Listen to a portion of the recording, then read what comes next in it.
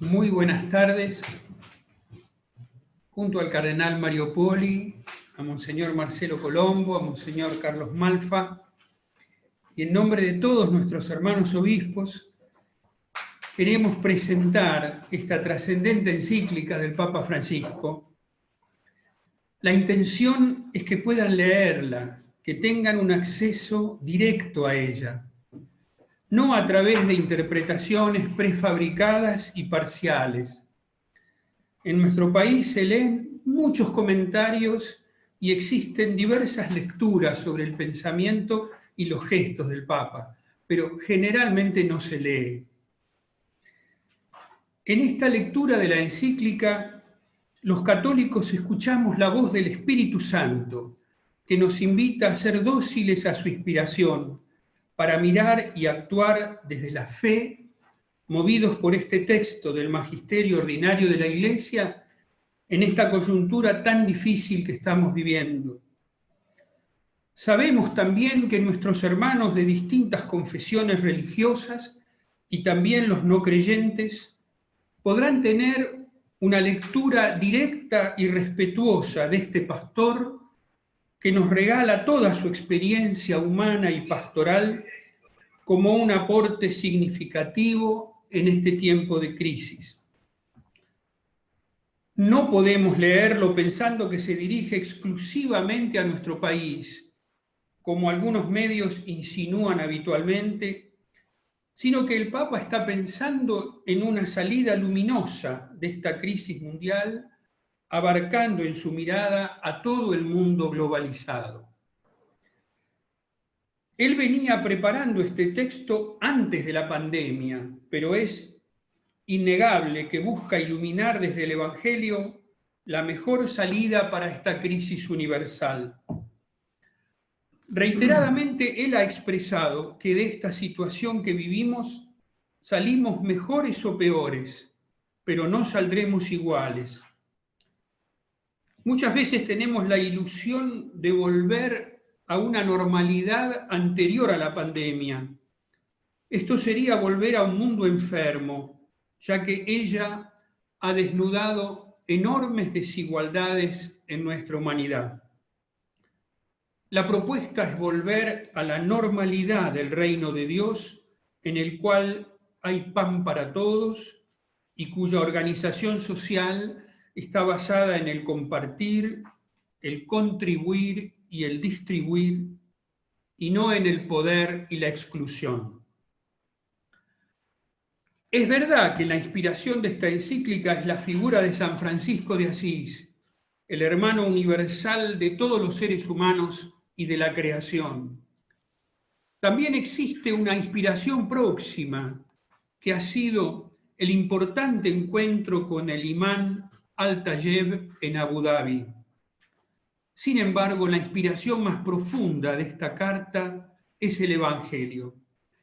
Y así dice en el número 277, si la música del Evangelio deja de vibrar en nuestras entrañas, habremos perdido la alegría que brota de la compasión, la ternura que nace de la confianza, la capacidad de reconciliación que encuentra su fuente en sabernos siempre perdonados y enviados. Si la música del Evangelio deja de sonar en nuestras casas, en nuestras plazas, en los trabajos, en la política, en la economía, habremos apagado la melodía que nos desafiaba a luchar por la dignidad de cada hombre y de cada mujer. Otros beben de otras fuentes. Para nosotros, ese manantial de dignidad humana y de fraternidad está en el Evangelio de Jesucristo. De él surge para el pensamiento cristiano y para la acción de la Iglesia el primado que se da a la relación, al encuentro con el misterio sagrado del otro y a la comunión universal con la humanidad entera como vocación de todos. De ahí el haber utilizado como texto evangélico básico la parábola del buen samaritano. El tema de la encíclica es el amor fraterno en su dimensión universal, en su apertura a todos, a partir de la primera apertura a la amistad social. Por su naturaleza, el amor tiende a expandirse. Nadie alcanza la plenitud aislándose. El amor reclama mayor capacidad de acoger a otros, supera una indiferencia cómoda, fría y globalizada, hija de una profunda desilusión que se esconde detrás del engaño de una ilusión, que es creer que somos todopoderosos y olvidar que estamos todos en una misma barca. La salida de la pandemia corre el riesgo de agravar este cisma entre el individuo y la comunidad. El Papa advierte también sobre el peligro de caer en un nominalismo declaracionista y nos dice en el número 23, por ejemplo, estamos lejos de reflejar con claridad que las mujeres tienen exactamente la misma dignidad e idénticos derechos que los varones. Se afirma algo con las palabras, pero las decisiones y la realidad gritan otro mensaje. Es un hecho que doblemente pobres son las mujeres que sufren situaciones de exclusión, maltrato y violencia, porque frecuentemente se encuentran con menores posibilidades para defender sus derechos. La encíclica es una invitación a soñar juntos una nueva humanidad, iniciando procesos de cambios que toquen lo más profundo de nuestra cultura, que puedan cambiar estilos de vida, modos de mirar y de pensar y hábitos de consumo muy arraigados en nuestro modo de vivir.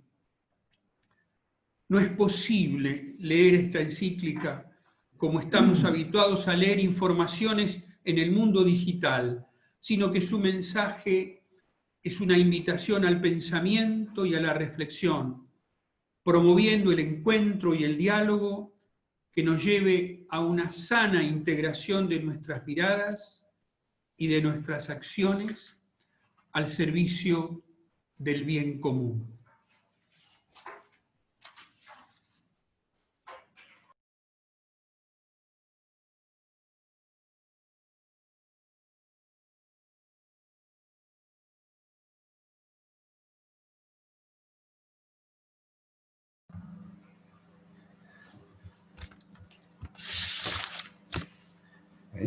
Sí. Bien.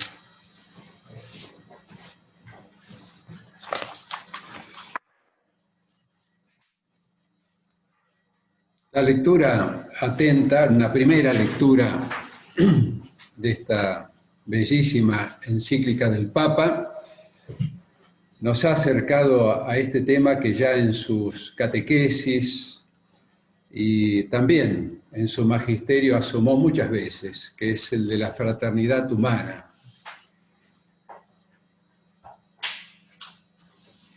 Después de la inspiración evangélica del capítulo 2,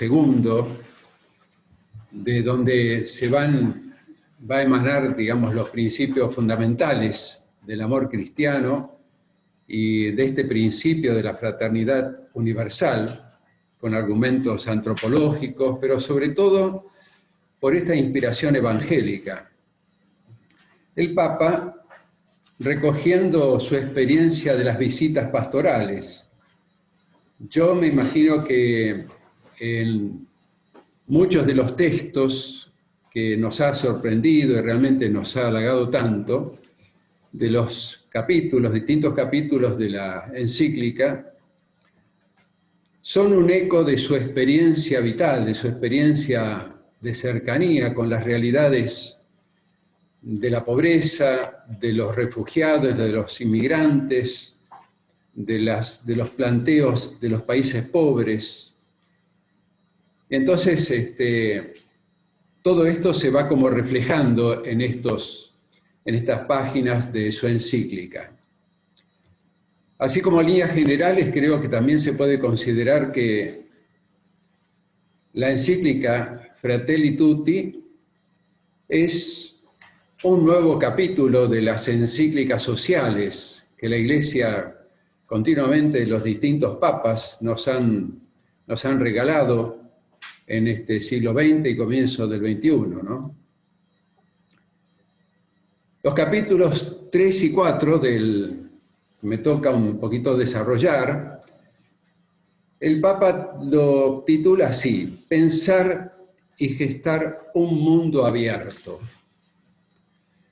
Porque se necesita una apertura a este nuevo principio que pretende regir las relaciones humanas, el principio de la fraternidad universal. Él dice, al comienzo del capítulo 3, que la vida subsiste donde hay vínculo, comunión, fraternidad, y expresa una vida más fuerte que la muerte.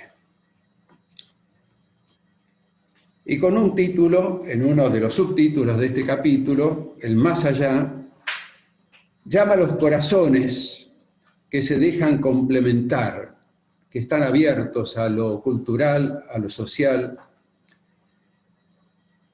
Y es aquí donde introduce el sentido más profundo de la fraternidad universal, que es el valor único del amor cristiano. Nosotros tenemos en la primera carta a los Corintios, el capítulo 13, todos lo sabemos, el himno a la caridad de Pablo, ¿no? Que está expresado bellamente también en la encíclica.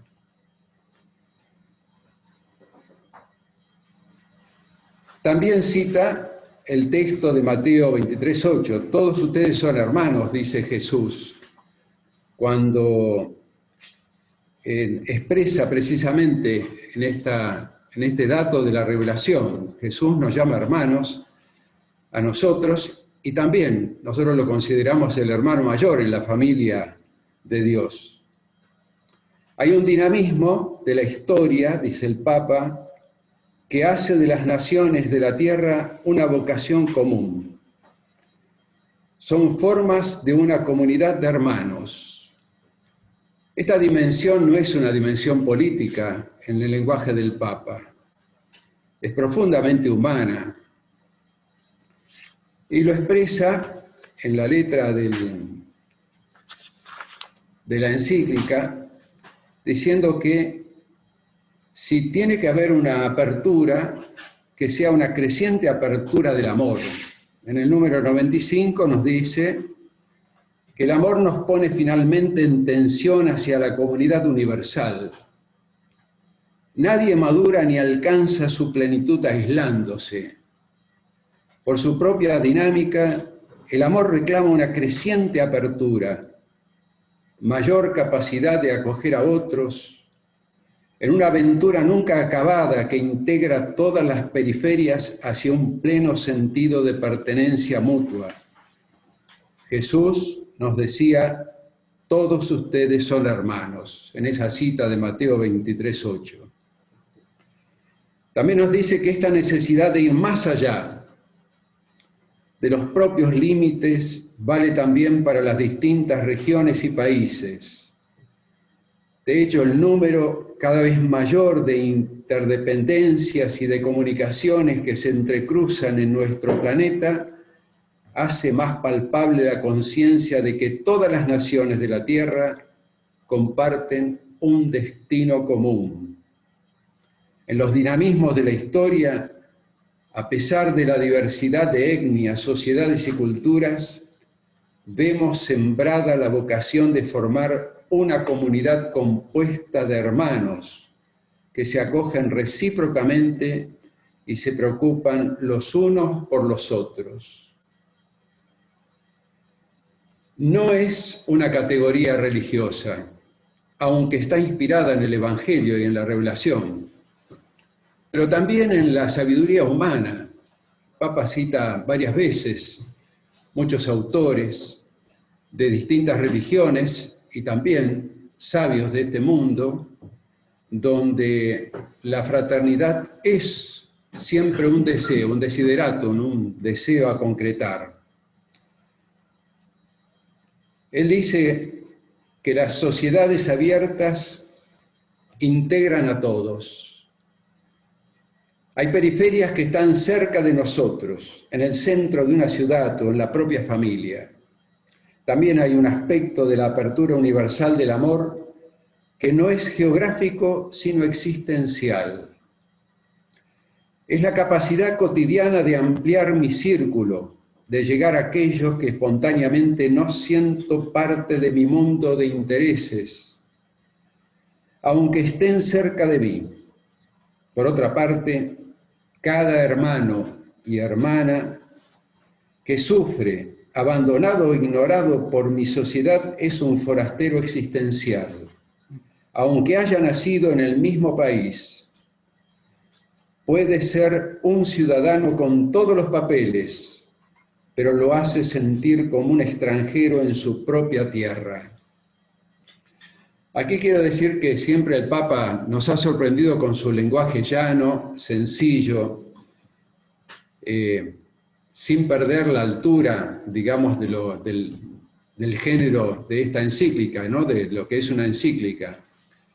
Pero su lenguaje es directo, nos hace entender, digamos, la vida cotidiana, es fuente también de su inspiración. Y en el capítulo 4, el Papa, digo yo porque, digamos, de la lectura surge, ¿no? Tiene en su mente uno de los dolores muy grandes que tiene este mundo. Y es precisamente, digamos, cuando habla de la fraternidad universal, se opone a la indiferencia, ¿no?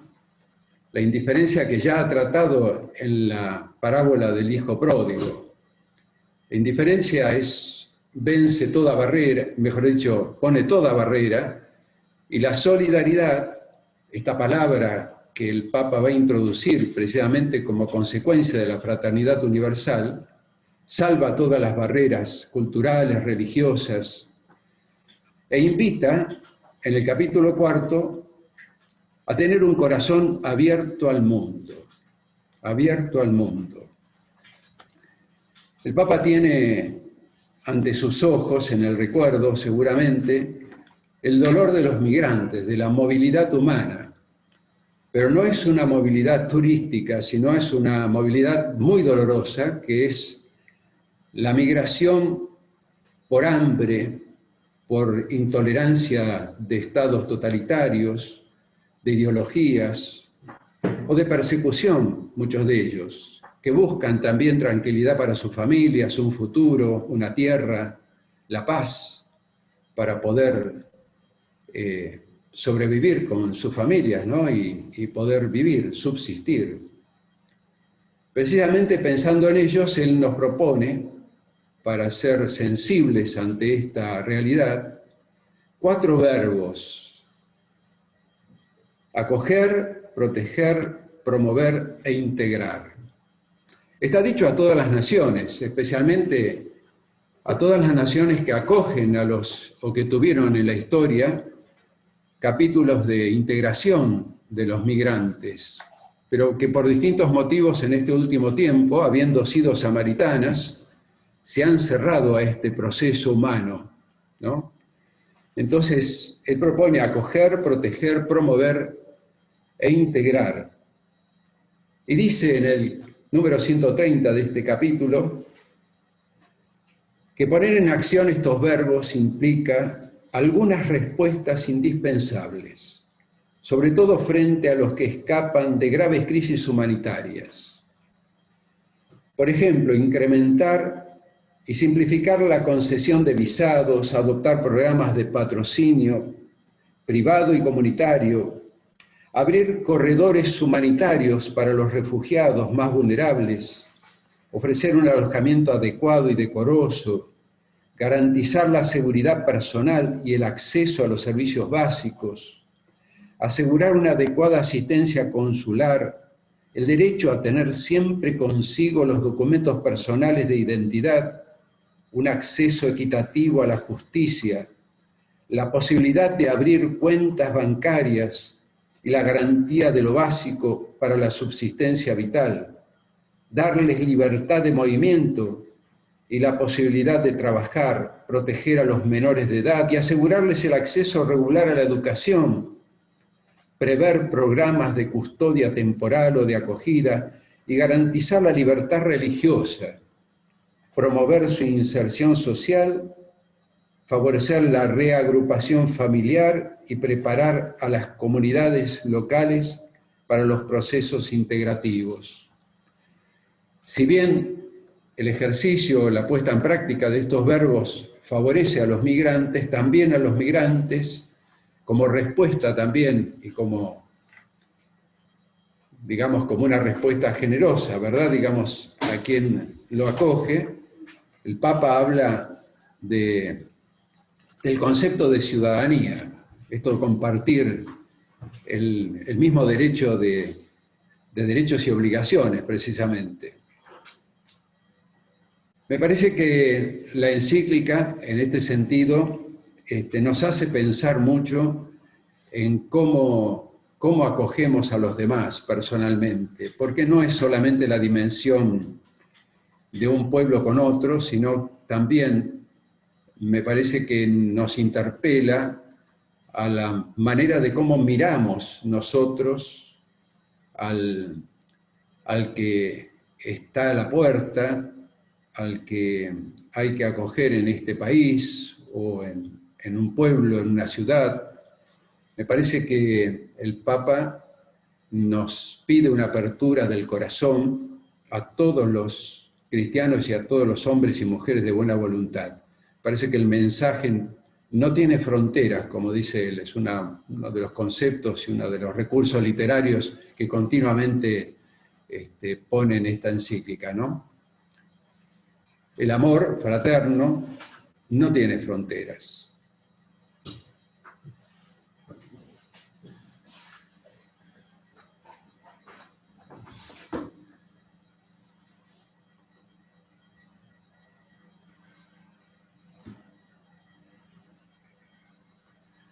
Le damos la palabra a Monseñor Marcelo, que se conecta desde la Arquidiócesis de Mendoza.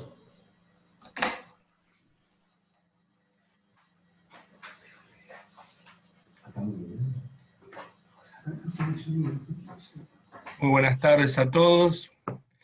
Es una alegría poder compartir esta primera lectura con mis hermanos obispos de la encíclica del Papa Fratelli Tutti. En mi caso, me gustaba proponerles una lectura atenta del capítulo 2, en la que se refiere al buen samaritano como ícono, quizás como paradigma de la actuación de los hombres, del hombre nuevo en este tiempo difícil que nos toca vivir. Y también una referencia, en segundo lugar, en el capítulo 5, a un perfil que nos traza el Santo Padre sobre la figura del político en estos tiempos. Habría muchos temas, creo que esta encíclica nos va a dar la posibilidad en semanas sucesivas de ir encontrándole también nuevas riquezas y posibilidades, porque el abanico de problemáticas que aborda es grande. En el caso del capítulo 2, la parábola del buen samaritano la conocemos todos. El Papa aborda esta parábola después de describir, como dice él, asépticamente el estado de situación que actualmente vivimos, ¿no? Es decir, después de habernos dicho con mucho detalle, con un realismo, por momentos con tintes más dramáticos, lo que nos está aconteciendo como mundo, él viene a proponernos la figura del buen samaritano, porque nos dice el mismo Papa, es una parábola que nos interpela. El que está allí herido, caído, no importa de dónde sea, es un ser humano.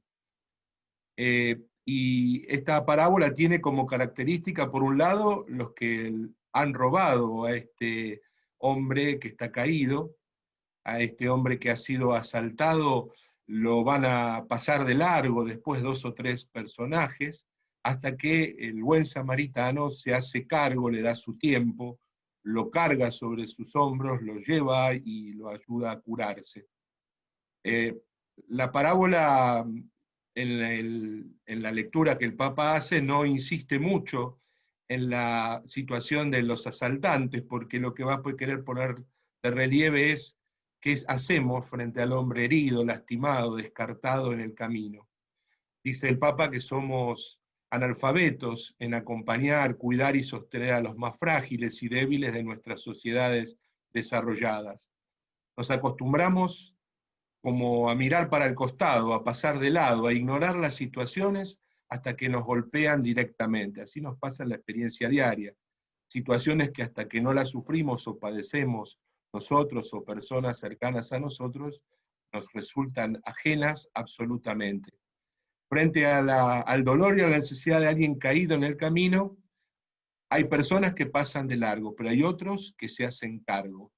Y entonces va a ir analizando con mucho detalle esta parábola, a la que propone una lectura que no sea moralizante, sino sobre todo percibir las tensiones profundas de la parábola para encontrar pistas para la vida social, para la actuación social de los hombres.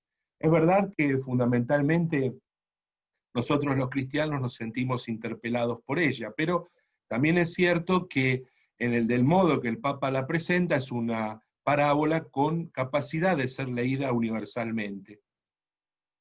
A la hora de la verdad, a la hora que la persona está caída en el camino y pasamos de largo, nosotros quedamos muchas veces sin respuesta. Se nos caen las máscaras, nuestras etiquetas y nuestros disfraces cuando estamos frente a la verdad. ¿Seremos capaces, pregunta el Papa, de tocar y curar las heridas de los otros? ¿Seremos capaces de inclinarnos para cargarlo al hombro?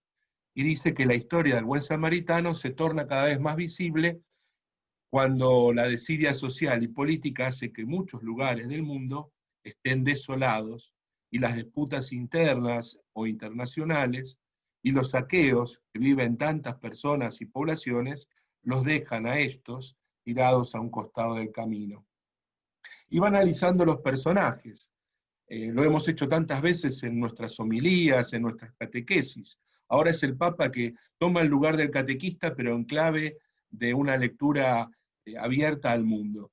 Los salteadores que no están descriptos los conocemos y tienen que ver con los intereses económicos, muchas veces usurarios, con las personas que sacan ventaja y partido de tantos y tantas que están caídos. ¿Y nosotros qué vamos a hacer? ¿Vamos a quedarnos, a protegernos de nosotros mismos o a perseguir a los ladrones?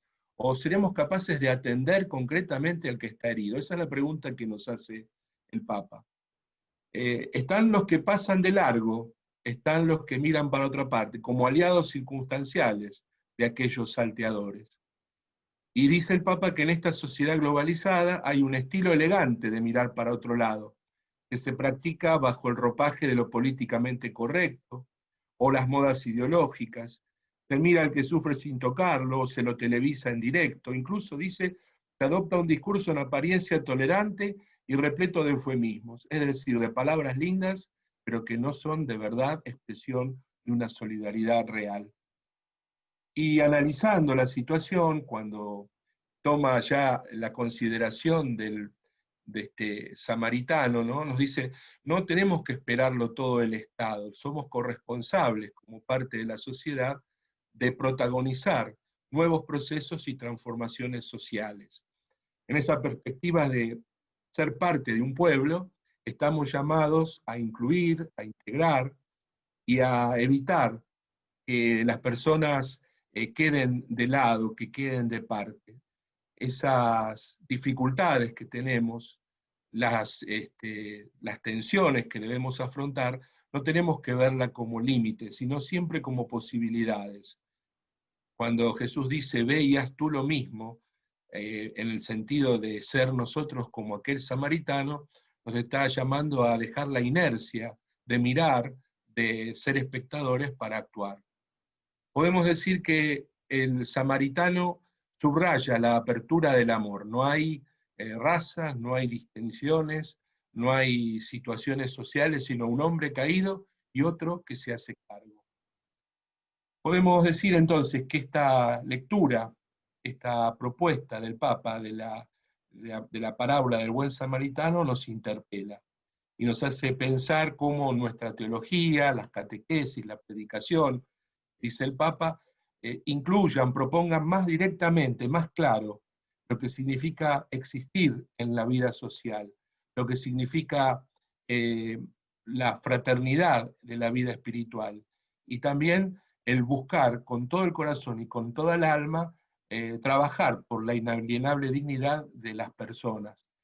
Para eso tenemos que motivar, tenemos que animar, tenemos que proponer lo que significa esa dignidad, esos derechos de cada una de las personas.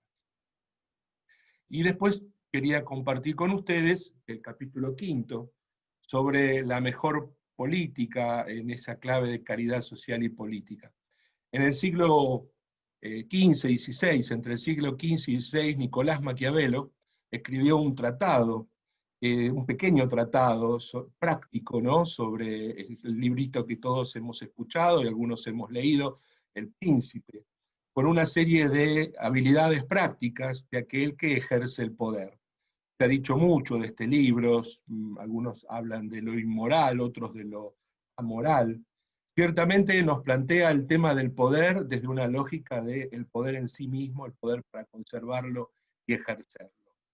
Más acá en el tiempo, Juan Pablo II, apenas se punta el tiempo del jubileo, celebra la figura de Santo Tomás Moro y lo propone como el modelo del político cristiano, desarrollando el ideal de la nobleza de la vocación política.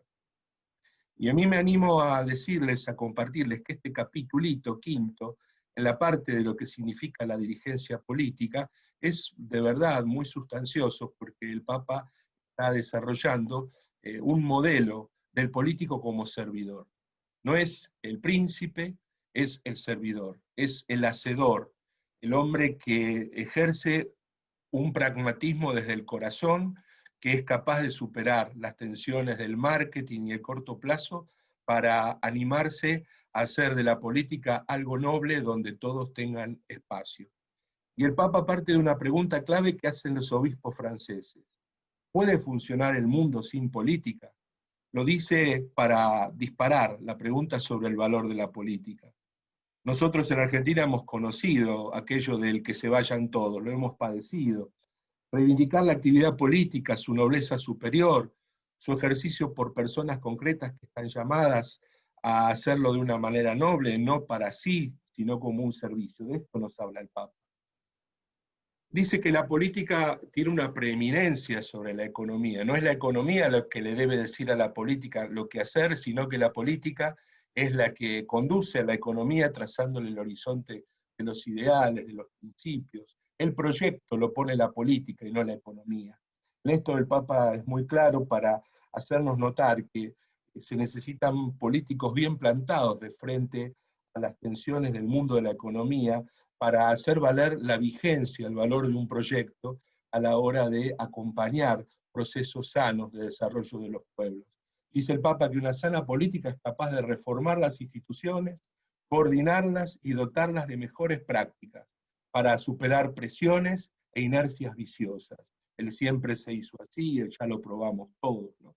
El amor político exige decisión, capacidad para reconocer a cada persona como hermano o hermana y a buscar una amistad social que integre a todos. Dice el Papa que la caridad política requiere capacidad de unirse a otros para generar procesos sociales de fraternidad y justicia. Y que esto significa sobreponerse al individualismo y a buscar la realización plena de la persona en relación con el pueblo al que él pertenece. Hay un sentido comunitario de esa integración de la persona con el mundo de la realidad a la que quiere transformar. El amor social es una fuerza que suscita nuevos caminos, nos dice, para afrontar problemas actuales y renovar estructuras, organizaciones sociales y procedimientos jurídicos. Ese amor social va más allá de cualquier forma de emotivismo, requiere el aporte concreto de las ciencias, con las que se auxilia, para que haya medidas que sean concretas y eficaces en el desarrollo de estos pueblos. Respecto a la actividad del amor político, dice el Papa que es caridad procurar organizar y estructurar a la sociedad para que nadie sufra miseria. Y por eso es urgente afrontar con decisión todo lo que afecte a los derechos humanos, vulnere la vida de las personas y los pueblos, todo lo que promueva la cultura del descarte. Acá hay algo serio, nos hace notar el Papa, es la dignidad de las personas. Y entonces empieza a desarrollar esta idea del político como servidor, como hacedor.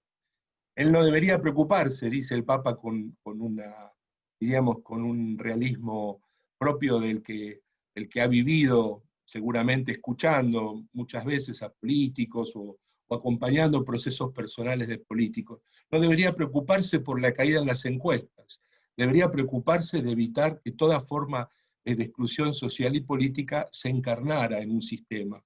Debería tener capacidad de apertura, de escucha, de renuncia, para facilitar el encuentro.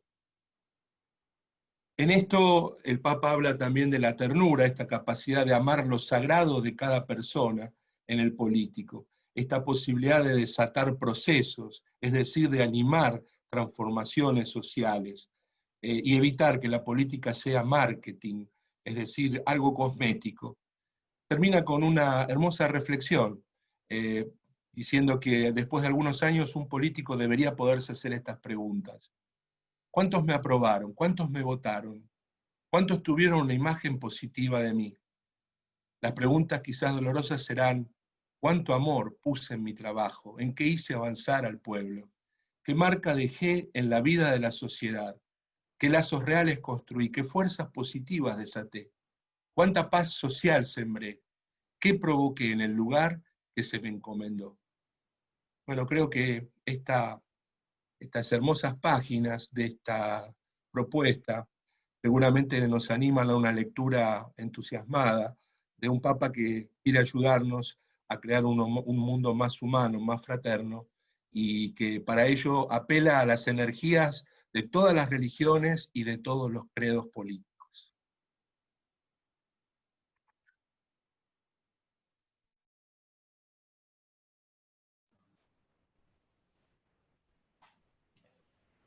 En medio de esta tempestad inesperada y furiosa, como él mismo llamó a la pandemia del COVID-19, nuestro querido Papa Francisco nos regala ahora Fratelli Tutti, una nueva encíclica que se engarza en el magisterio social de los papas de los últimos siglos. Fratelli Tutti se nos presenta como un compendio de un pontificado marcado por la construcción de puentes y la cultura del encuentro. Desde la elección de su propio nombre, el Papa asumió la fraternidad, la alegría, la sencillez del Santo de Asís como las grandes líneas de su pontificado. Así, Evangelii Gaudium, Laudato Si, y ahora Fratelli Tutti son expresiones y el legado de su ministerio petrino marcado por palabras y gestos como pastor de la Iglesia Universal y reconocido líder mundial. ¿Quiénes son los destinatarios de esta encíclica?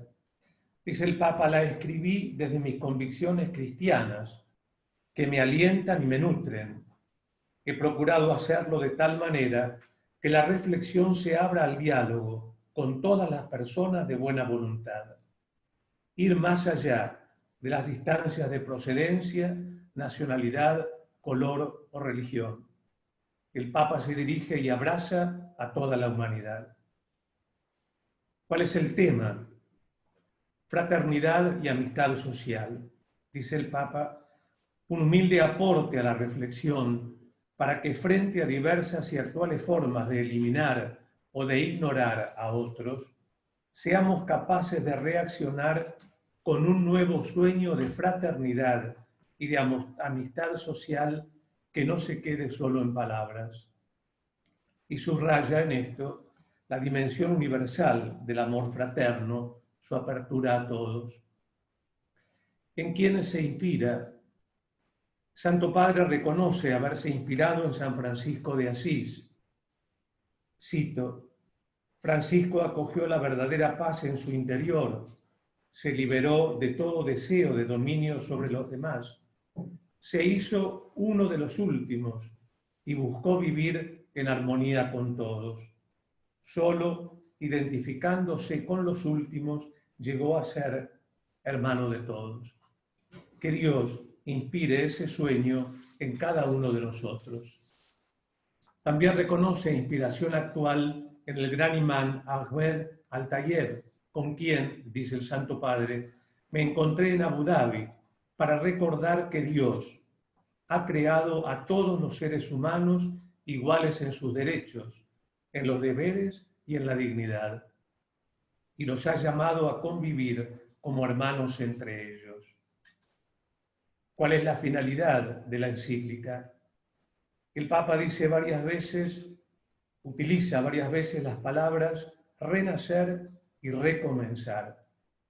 Cito: anhelo que en esta época que nos toca vivir, reconociendo la dignidad de cada persona humana, podamos hacer renacer entre todos un deseo mundial de hermandad, una única humanidad, como caminantes de la misma carne humana, como hijos de esta misma tierra que nos cobija a todos, cada uno con la riqueza de su fe o de sus convicciones, cada uno con su propia voz, todos hermanos.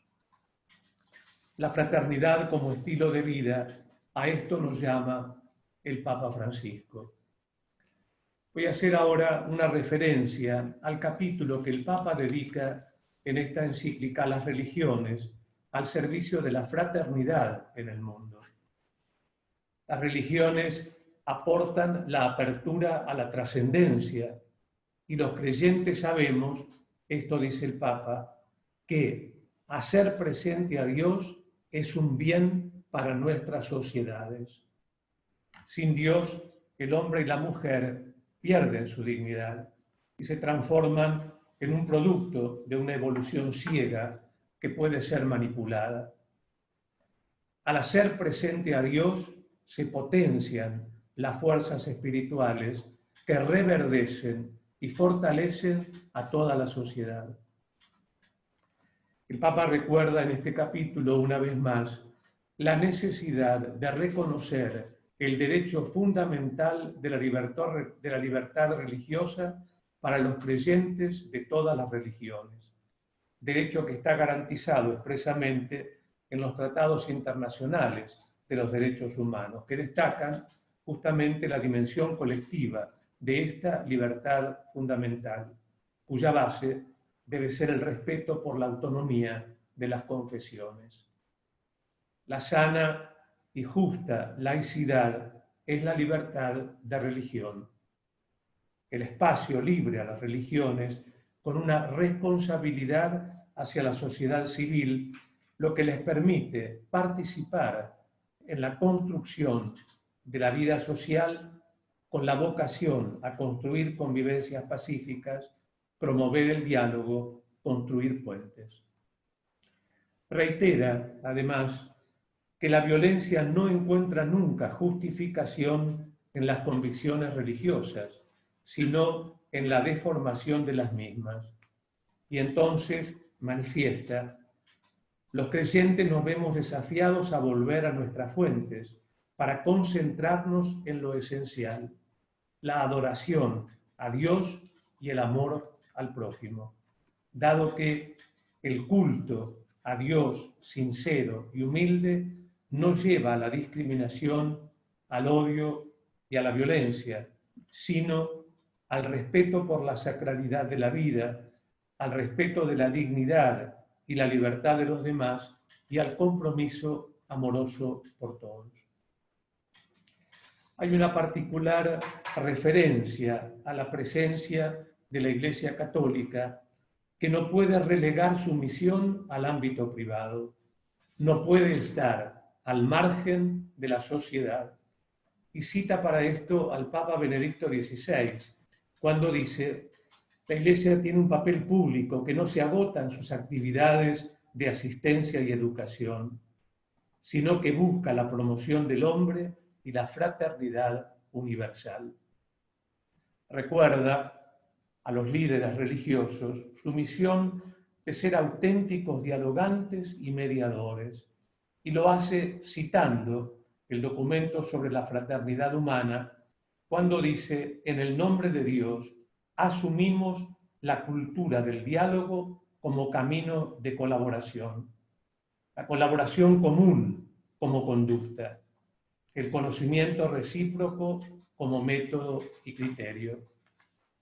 Nosotros podemos celebrar y agradecer y considerar como una fortaleza y una esperanza la sana y constructiva convivencia social entre las religiones.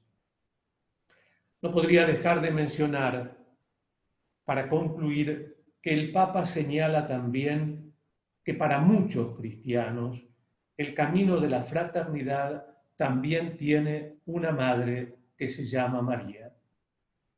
Y dice María que en la cruz recibe esta maternidad universal.